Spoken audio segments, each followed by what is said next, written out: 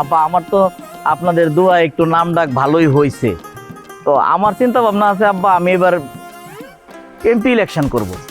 ও কি বাবা, কি আব্বা, আপনারা যদি আমার সাথে থাকেন তাইলে আমি ইনশাল্লাহ পারবো। আরে সাথে থাকবো না মানে কি বলতেছো তুমি? তুমি যদি এমপি ইলেকশন করো, এমপি হয়ে যাও, হ্যাঁ, তাহলে তুমি হইবা আমার জামাই, আমি হবো এমপির শ্বশুর। ব্যাপারটা কত বড় গর্বের বিষয়, চিন্তা করে দেখছো? আব্বা এটা আমি চিন্তা করছি, আর এই চিন্তা করছি দেখেই তো আব্বা মনে করেন যে ওই নানান জনের বাড়িতে সুন্দর সুন্দর মেয়ে আছে, ইচ্ছা করলে ঘটক দিয়ে প্রস্তাব পাঠাইতে পারতাম, তা করি নাই। কারণ আমি জানি যে আপনাদের যে বংশমর্যাদা বা আপনাদের যে ঐতিহ্য, সামাজিক অবস্থান সব মিলায়া এটাই পারফেক্ট হবে। এই কারণে তো আপনার মেয়ের গিয়ে আমি বিবাহের প্রস্তাব দিয়ে আসছি। আব্বা আমি কি এটা কোনো ভুল কিছু করছি? না না, ভুল করবা কেন? তুমি তো একটা ভালো প্রস্তাবই দিচ্ছ। আর তাছাড়া মনে করো যে এটা একটা রেকর্ড হইব যে আমার বাড়িতে প্রথম একটা টাক মাথার জামাই আইব। আব্বা লজ্জা দিয়েন না, এটা আমার আসলে স্টাইল কইতে পারেন।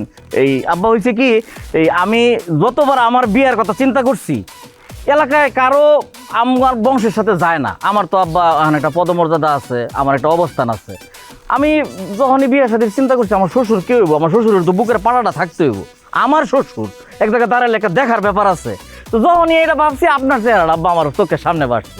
আরে খুব ভালো, খুব ভালো। তাহলে শুনো বাবাজি, আমি দেরি না করে অক্ষণে বাড়িতে যাই। বাড়িতে গিয়া সবার সাথে আমি এই প্রস্তাবটা তুলি, কথা বলি, দেখি তারা কি মতামত দেয়।